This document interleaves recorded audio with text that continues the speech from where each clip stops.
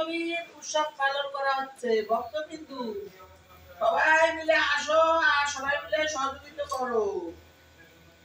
এই দিনের বেলা দুপুর বেলায় অন্নদান হবে, রাত্রিরে খিচুড়ি হবে, যে যেভাবে পারো টুকটাক করে এসে যাও।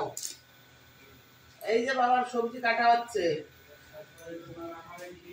সারাদিন বাবার মন্দিরে অন্নদান চলবে। বাবার মন্দিরে আজকে সারাদিনই অন্নদান চলবে, যে যেরকম পারবে সে সেরকম আসবে। সবাই মিলে এসে যাও। 4 সেপ্টেম্বরে 18 ভাদ্র লোকনাথ বাবার জন্মাষ্টমী।